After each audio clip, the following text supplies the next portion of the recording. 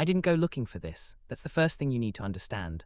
I wasn't hunting for conspiracies or trying to rewrite history. I was doing what most people do, living inside the version of the past that was handed to me in a classroom, trusting that the textbooks had gotten it right, assuming that the gaps in the historical record were just gaps. Ordinary, boring, unremarkable gaps. Then I made a mistake. I started looking at maps.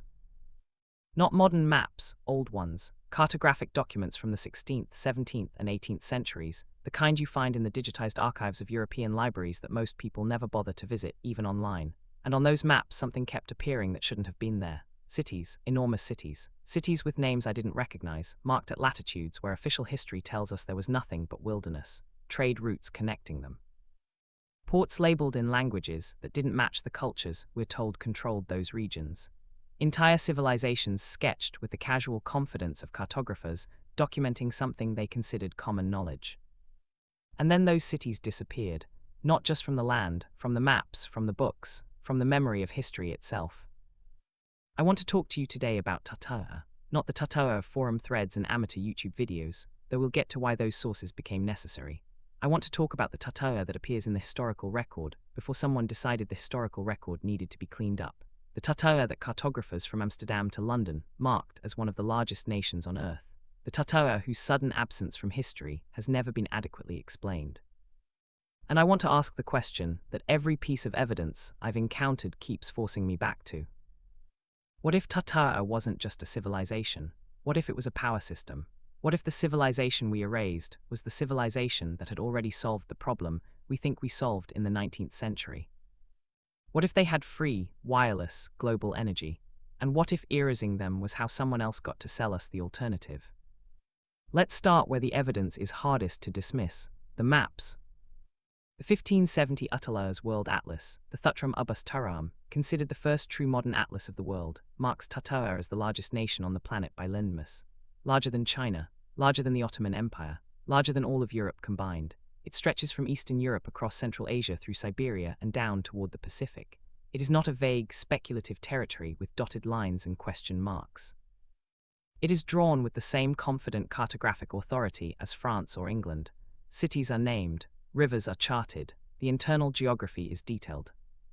This isn't one cartographer's anomaly.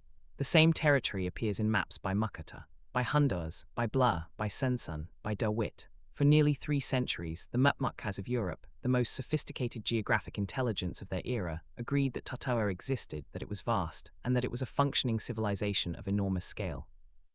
Ask yourself a simple question. If Tartaria was large enough to be consistently documented by European cartographers across 3 centuries, why does it occupy approximately 0 pages of the history curriculum you sat through? Why is it absent from the civilizations chapter of every world history textbook? Why, when you type "Great Civilizations of the Ancient World" into any search engine, does it never appear? The official answer, when one is offered at all, is that Tartaria was not a unified civilization, but a geographic label, a European catch-all term for the nomadic peoples of Central Asia. A cartographic convention, not a political reality. That answer collapses the moment you look at the maps carefully. Cartographic conventions don't include detailed city layouts. Conventions don't mark specific ports with import-export notations. Conventions don't show road infrastructure connecting interior settlements at precise intervals. What appears on these maps is not a vague regional label. It is a documented civilization, mapped with specificity, over centuries, by independent observers. And then, somewhere between 1750 and 1850, it vanishes. Not gradually, not through the slow archaeological process of civilizations that fade, the kind where you can trace the decline through pottery changes and population records and shrinking trade networks. Tartaria doesn't fade, it gets crossed out. Late 18th century maps begin showing the territory as empty, then as Russian-controlled wilderness. Then the cities disappear from the cartographic record altogether. By the mid-19th century, European Mutmutkas who 100 years earlier were carefully labeling Tartarian ports are now drawing the same region as uninhabited steppe. What happened? The official history offers us a narrative of Russian imperial expansion. The Romanov dynasty pushing east, absorbing the scattered tribes of Siberia, civilizing the frontier.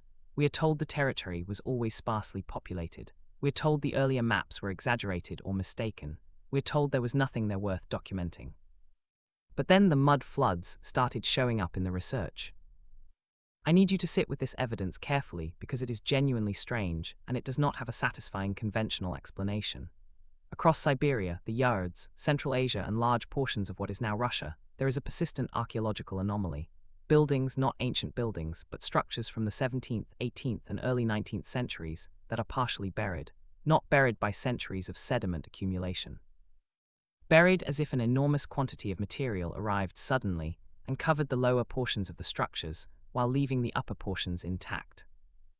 Windows on ground floors that open into solid earth, doorways that descend below street level to floors that are now underground, foundation walls that continue downward into soil strata that should, by every geological indicator, represent centuries of accumulation, but don't, because the material above them is not differentiated.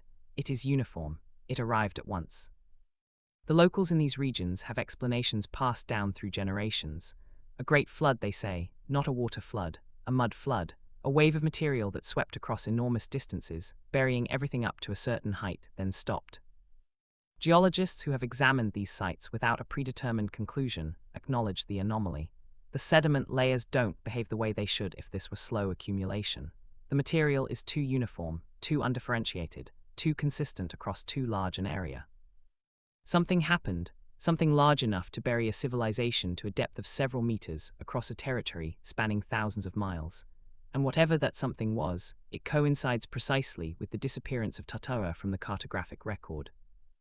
Ask yourself what event, large enough to half-bury an entire civilization, would leave no trace in the documented history of the period.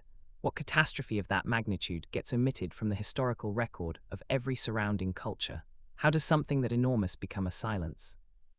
Unless the silence is deliberate, unless the event was documented and then the documentation was removed, unless the erasure of Tartaria from the maps and the erasure of the catastrophe that destroyed it were part of the same project. Now I want to talk about the buildings, because this is where the story stops being about obscure cartography and starts being about things you can drive to and stand in front of. The 19th century civic architecture of Europe, America, Australia, and large portions of Asia shares a set of characteristics so specific, so consistent, and so technically sophisticated that the conventional explanation for their existence becomes increasingly untenable the more carefully you examine it. I've walked through these buildings. I've studied the engineering documents where they exist and noted the suspicious absence of documentation where it doesn't. And I keep arriving at the same conclusion that I want to walk you through piece by piece. These buildings are not what we've been told they are. Start with the most obvious feature, the technology. In city after city, beginning in the 1850s and accelerating through the 1880s and 1890s, enormous civic structures appear. Courthouses, city halls, government buildings, train stations, World's Fair pavilions, libraries, customs houses. The official history tells us these were constructed from scratch by local contractors using period-appropriate tools and luck. But look at the timeline. The speed of construction recorded in contemporary accounts is, for the scale of the structures, essentially impossible. Buildings that by modern engineering standards would require 5 to 10 years of intensive work appear in contemporary photographs as completed within 18 months. 2 years, sometimes less. With no evidence in the photographic record of the enormous labor forces, the quarrying operations, the manufacturing infrastructure, the logistical systems that construction at that scale would require. The photographs themselves are fascinating, because photography existed. We have extensive photographic documentation of these construction periods, and what the photographs show are small crews, modest scaffolding, and partially assembled structures that look less like buildings under construction and more like buildings being uncovered. That's the word that stopped me when I first started looking at these images seriously. Uncovered, not built up from a foundation, cleaned off from above, workers on scaffolding that descends rather than ascends, debris removal that looks more like excavation than construction waste, the occasional glimpse of existing stonework beneath the new facades being applied. What if they weren't building? What if they were restoring? What if the mud floods that buried Tartaria also buried something else? What if those magnificent 19th century civic structures are not Victorian-era constructions, but Tartarian buildings, already standing, already engineered, half submerged by the catastrophe that the new civilization dug up, cleaned off, and claimed as their own construction? It sounds extreme. I know it sounds extreme, but stay with me through the evidence, because the evidence doesn't let you stop here. The architecture itself is where the conspiracy hardens into something that looks more like engineering. If you approach these buildings the way an electrical engineer approaches them rather than the way an architectural historian does, a completely different structure emerges. Not decorative, functional, not aesthetic, technical. The domes. Let's begin with the domes, because the domes are where the pattern is most undeniable. Every major Tartarian-style building, and I'm using Tartarian deliberately now because the architectural style we've been calling Beaux-Arts or Baroque Revival or Classical Revival is consistent enough across enough continents that calling it by a civilization's name is more honest, is crowned with a dome of specific construction. Copper outer layer, iron subframe, stone or masonry base. The copper is not incidental. Copper is the second best electrical conductor on Earth. A massive copper dome, curved to maximize surface area, elevated to the highest point of a structure, is, from an electrical engineering standpoint, an extraordinarily efficient collection surface for atmospheric electricity. The ionosphere maintains a continuous electrical potential relative to the Earth's surface.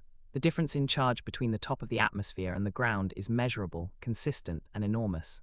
Modern physicists have quantified it. The technology to harvest that differential, to use it as a power source, is not science fiction. It is physics. The only barrier is collection and transmission infrastructure. A copper dome, designed according to specific geometric ratios, elevated above a stone structure, connected to a continuous conductive pathway running to a deep earth ground, that is not a decoration. That is a functional component of an atmospheric energy collection system. Now add the spires, the finials, the metal orbs on the corners, the iron railings, the bronze fixtures, the copper gutters that run in building after building, not to surface drainage but deep into the foundation. Map the conductive elements of one of these buildings the way an electrician maps a circuit, and you find something that should not exist if the conventional explanation is correct. You find a circuit. Complete, intentional, engineered with precision that the official history tells us 19th century builders did not possess. Dome to spire, spire to iron framework, framework to stone, stone to copper drainage, drainage to foundation, foundation to earth. One continuous conductive pathway from the highest point of the structure to the deepest point of the ground. The golden ratio appears in the geometric specifications, not approximated, not aesthetically suggested, but calculated to the millimeter in the proportional relationships between dome heights and base widths, in the spacing intervals between spires, in the relationship between window placement and wall mass. The Fibonacci sequence structures the placement of decorative elements that, when you look at them as antenna configurations rather than ornaments, describe a phased array. Physicists who study resonance will tell you that structures built to specific geometric proportions will vibrate at predictable frequencies. They'll tell you that certain frequencies facilitate energy transmission. They'll tell you that a building designed with this level of geometric precision is also a building designed to operate at a specific resonant frequency. These buildings hum, not metaphorically. Stand inside one during a storm or in certain atmospheric conditions and you can feel it. The stone itself vibrates. Windows rattle at frequencies that don't match the wind speed. The air inside carries a charge that raises the hair on your arms. This is documented. This is not fringe experience. Maintenance workers in historic civic buildings across multiple countries have reported it for generations. And the official explanation, air currents, thermal expansion, acoustic phenomena, accounts for some of it and not all of it. Because these buildings were not designed as civic spaces first, they were designed as infrastructure first. The civic functions were added later, or inherited from the civilization that built them. Let's talk about that civilization. Let's talk about what Tartaria actually was. The cartographic evidence gives us geography. The mud flood evidence gives us the rough outline of a catastrophe. The architectural evidence gives us the technology. But what do we actually know from the historical sources that survived, or were allowed to survive, about who these people were and how they lived? Here is where the silences become the most informative data. Because the 16th and 17th century accounts of Tartaria that exist, primarily European travel accounts and diplomatic records, describe something that doesn't fit the civilization we've been given. They describe cities of enormous scale with architecture of remarkable sophistication. They describe roads connecting interior settlements across distances that would be extraordinary for any pre-modern civilization. They describe agricultural systems in regions that official history categorizes as unsuitable for agriculture. They describe a level of organization, trade, governance, communication across vast distances that requires infrastructure we have no explanation for. Marco Polo's accounts, which touch on the periphery of this territory, include details that historians have been explaining away for centuries. The roads are too good. The cities are too large. The organizational complexity is too advanced for the timeline. The The standard explanation is that Polo exaggerated or fabricated or misunderstood what he saw. But what if he didn't? What if the problem isn't Polo's credibility, but our timeline? Because here is the question that the Tartaria evidence keeps forcing. If this civilization was large enough to map consistently for 3 centuries, sophisticated enough to build infrastructure that European travelers found remarkable, and technically advanced enough to construct buildings of the engineering complexity we've just described, where is the archaeological record? Where are the excavations? Where are the museums? Where are the university departments devoted to Tartarian studies? Where are the textbook chapters? They don't exist, and the reason they don't exist is not that there's nothing to find. It's that the excavations that would find it keep not happening. The regions where Tartarian cities were mapped are not archaeologically neglected because they're geologically unremarkable. They're neglected in a highly specific way, a way that suggests the neglect is managed. The Siberian and Central Asian steppe should be one of the most archaeologically rich regions on Earth based on the cartographic and textual evidence of its occupation. Instead, it is one of the least excavated. The Russian government has restricted independent archaeological access to significant portions of this territory for decades. The research that does emerge from state-sponsored excavations consistently dates everything found to periods that predate or post-date the Tartarian era, never landing squarely in the window that would produce confirmation. This is not neglect. Neglect is random. This is targeted. Now I want to bring the 2 threads together, because this is where the picture becomes complete. Tartaria is not just a missing civilization, it is a missing energy system. Here is the sequence as the evidence constructs it. A civilization of enormous scale, larger than anything in the conventional history of the pre-modern world, develops over centuries or millennia a sophisticated understanding of atmospheric electricity, earth resonance, and wireless energy transmission. They build infrastructure to harness and distribute this energy. That infrastructure is not discrete. It is not a power plant in one location. It is distributed. It is architectural. The buildings themselves are the grid. Every major population center has structures designed to collect atmospheric charge, step it down through resonant stone and metal systems, and distribute it through the building and through the earth into the surrounding area. The network is self-reinforcing. The more nodes it has, the more stable and powerful it becomes. The geometry of the buildings and their placement relative to each other creates a resonant web across the landscape. Free energy, distributed, accessible to anyone in proximity to the infrastructure. The civilization that operates this system doesn't have power companies. It doesn't have metered utilities. Energy is ambient. It comes from the sky and from the earth and from the buildings that connect them. You don't pay for it. You simply live within range of it. And then the catastrophe. Whatever the mud flood event was, an impact event, a directed energy weapon, a geomagnetic reversal, a deliberate act of destruction, it buries the civilization beneath meters of sediment. The cities go underground. The population is decimated or scattered. The technical knowledge of how the system works becomes fragmentary, oral, eventually lost. But the buildings survive. They were built to last. Stone and copper and iron, engineered to withstand everything except being buried. They survive the mud flood. They sit under the sediment, waiting. And then the 19th century arrives, and someone starts digging them up.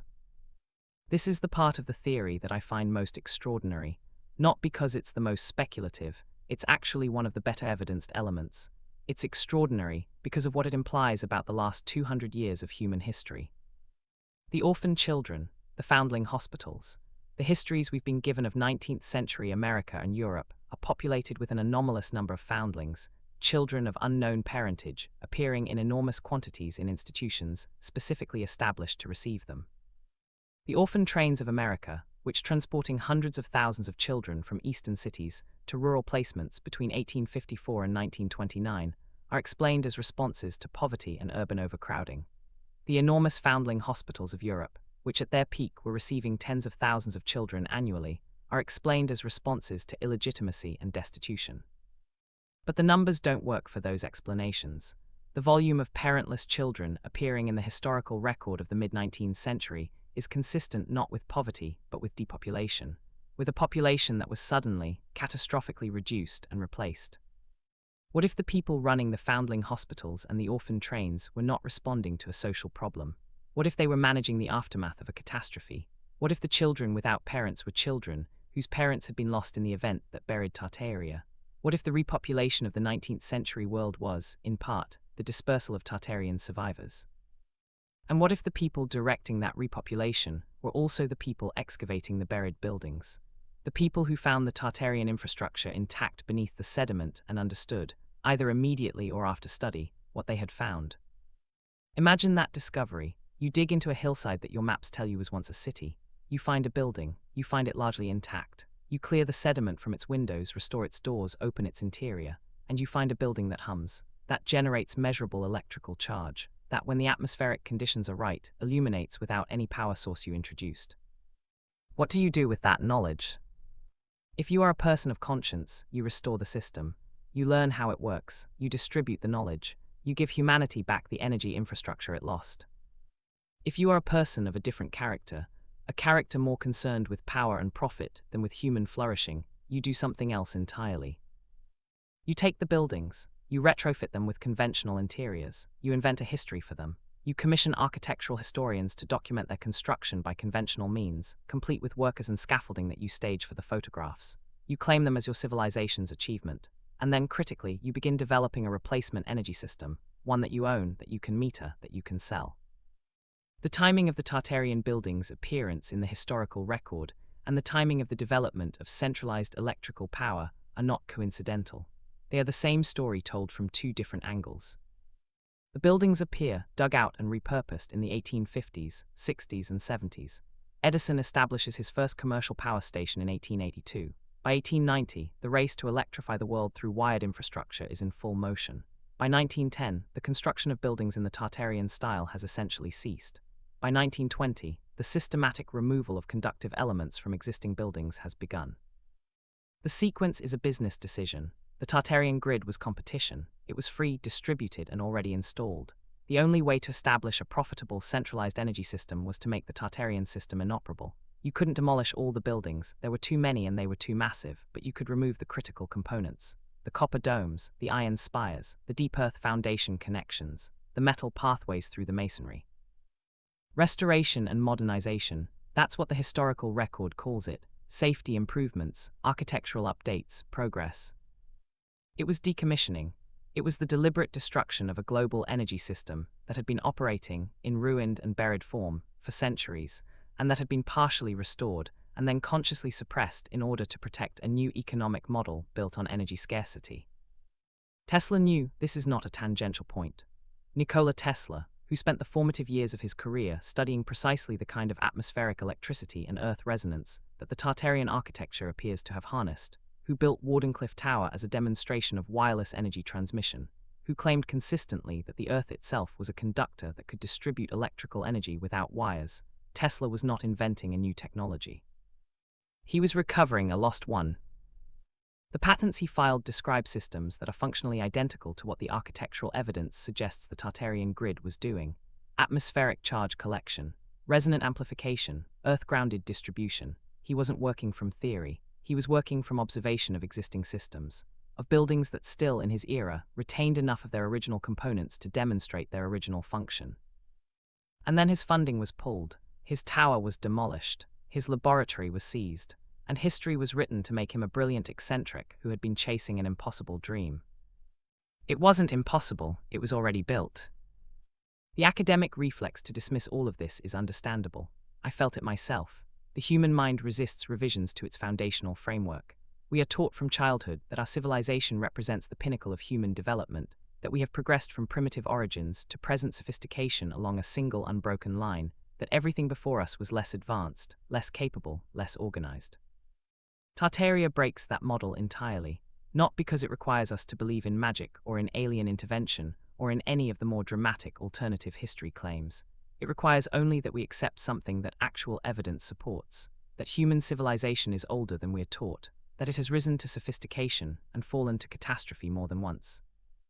That the last cycle of advanced civilization ended in a catastrophe we call the Mud Flood, was partially recovered by the people who found the remains, and was then deliberately suppressed by those with economic incentive to replace free energy with metered energy. Everything about this theory is falsifiable. It makes specific, testable predictions. If the Tartarian architecture is genuinely a wireless energy system, we should find in buildings where the original components remain intact, measurable electromagnetic anomalies that correlate with atmospheric conditions. We do. We find them consistently, and they're dismissed as curiosities. We should find in the cartographic record evidence of a civilization that was actively mapped and then systematically removed from the record. We do. The maps exist in archives across Europe. We should find in the archaeological record of the affected territories evidence of rapid burial by uniform sediment deposits. We do. Geologists have documented it and declined to publish controversial interpretations. The evidence is there. The suppression of the evidence is itself evidence. Let me tell you what bothers me most. Not the theory itself. I've made my peace with following evidence where it leads, regardless of how uncomfortable the destination. What bothers me is the children. If the mud flood was real, and the geological and architectural evidence suggests something catastrophic and large-scale absolutely happened, then what happened to the people? Not the survivors who were absorbed into the new civilization, who were processed through foundling homes and orphan trains, and emerged on the other side with new identities and no memory of what they'd been. What happened to the ones who didn't survive? We have no record of them because the event that killed them was removed from history. There are no memorials. There are no mass graves being studied. There are no documentaries and no textbook chapters and no moment of collective acknowledgement that an entire civilization, one of the largest in human history, was destroyed, its survivors dispersed, its buildings stolen, its knowledge erased, and its name removed from every map. That's not an archaeological mystery. That's a crime of a scale we don't have a word for. And the people who did it, who stripped the copper from the domes and pulled the iron from the spires, and filled in the foundations and rewrote the maps, and invented an architectural history involving scaffolding and small crews and Victorian craftsmen, who somehow built in 2 years what would take 20, those people then built the modern world. Built it on free energy that they locked behind meters and power lines and monthly bills. Built it on the bones of a civilization they erased. And then taught their children, and their children's children, that progress is linear, that we come from primitive origins, that our ancestors were less capable than us, that the buildings we inherited are monuments to our own achievement. They are not, they are monuments to someone else's achievement, someone we were made to forget. I need to be honest with you about the limits of what I can prove. I cannot hand you a document that says Tartarian energy grid construction specifications. That document, if it existed, is gone, either buried with the civilization or destroyed in the suppression. The absence of the smoking gun is itself part of the pattern, the deliberate incompleteness of the historical record on precisely the questions that would confirm or deny this. What I can hand you is accumulation, the cartographic evidence of a civilization that was there and then wasn't, the geological evidence of a catastrophic burial event, the architectural evidence of buildings engineered as electrical infrastructure rather than civic decoration, the biographical evidence of Tesla's systematic suppression, the demographic evidence of an anomalous orphan population in the 19th century. The documentary evidence of systematic removal of conductive elements from historic buildings under the label of modernization. The economic motive for a group in possession of both the Tartarian infrastructure knowledge and the capital to develop an alternative system to suppress the former in favor of the latter. None of these pieces alone is conclusive. Together, they describe a picture that the official history cannot accommodate without significant revision. The question isn't whether you believe in Tartaria. The maps prove it existed. The question is what you do with the evidence that it was erased, that its infrastructure was stolen, that its energy technology was suppressed, and that the civilization you live in was built partly on a foundation of deliberate historical amnesia. Here is where I've arrived, after months of following this evidence through archives and engineering documents and geological surveys and architectural histories. The buildings are still there. Whatever happened to Tartaria, whatever the mud flood was, whatever the process of suppression looked like in its institutional and political dimensions, they could not bury or demolish all the buildings. They're too numerous, too massive, too well constructed. The copper may be gone from many domes, the iron spires may have been removed, the deep foundation connections may have been filled in, but the stone is there, the geometry is there. The proportional relationships and the placement patterns and the resonant architecture are there, waiting. Waiting for what? Waiting for enough people to stop looking at these buildings as decorative and start looking at them as functional, to stop seeing finials and start seeing antennas, to stop seeing dome roofs and start seeing charge collectors, to stop seeing architecture and start seeing engineering. Because if the system can be partially restored, if even a fraction of the original Tartarian grid could be brought back online without the conductive components that were removed, then the energy implications are what Tesla promised and what his funders destroyed him to prevent. Free, distributed, harvested from the sky and returned to the earth. No power lines, no power plants, no monthly bill, no centralized control. The buildings were designed to last. They have lasted. They're in your city right now, crowned with what's left of their copper, their stones still holding the geometry that makes them resonate, their foundations still reaching toward water tables that the original engineers understood in ways we've forgotten. They're not monuments to a dead civilization. They're infrastructure waiting for reactivation, waiting for someone to understand what they actually are. And perhaps that's the most dangerous idea in this entire investigation. Not that Tartaria existed, not that it was erased, not that its energy technology was stolen and suppressed, but that it isn't entirely gone, that the tools of its resurrection are sitting in plain sight on the courtroom squares and civic centers of every city in the world, that what was taken from us might be recoverable. That the question isn't just what happened to Tartaria, the question is what happens when enough people remember. Stand in front of one of these buildings. Look up at the dome, green with age, the copper oxidized to the color of old forests. Look at the spires reaching from the corners, their finials pointing at a sky they were designed to read. Feel the stone under your hand, limestone or granite, chosen for properties the architects never publicly acknowledged. Ask the building what it is, not what the historical plaque says, not what the architectural survey documents, what it actually is. If you're quiet enough and the atmospheric conditions are right, and enough of the original components remain, you might feel the answer in your chest before you think it in your head. A hum, a vibration at a frequency that has no official explanation. A current you can't see but can feel in your sternum, your fingertips, the back of your throat. That's not the building settling, that's not wind in the corridors. That's a memory. A civilization that was large enough to cover a third of the Earth's landmass, sophisticated enough to build a wireless energy grid that spanned the globe, destroyed thoroughly enough that we spent 200 years walking through its buildings without understanding what they were, that civilization left something in the stone, something in the geometry, something in the copper and iron and deep foundations. It left us the infrastructure, it left us the architecture, it left us the evidence, scattered across every continent, waiting in the archives and the geological surveys and the cartographic records and the buildings themselves. The only question is whether we're willing to look at what's in front of us and admit what we see. Tartaria was real, its energy system was real, its erasure was real, and the buildings it left behind are not decorations, they are not monuments, they are not achievements of the civilization that claimed them. They are a message. From a civilization that was erased to a future that might, if it pays attention, understand what was taken from it, understand who took it, and decide whether to accept the replacement or recover the original. The evidence is in every courthouse square, in every domed government building, in every city in every country on Earth. We just have to remember how to read it. And once you see it, you cannot unsee it. So look, if this investigation resonates with you, consider supporting this channel. The research that points toward these conclusions was never meant to be easily found. Your support makes it possible to keep looking.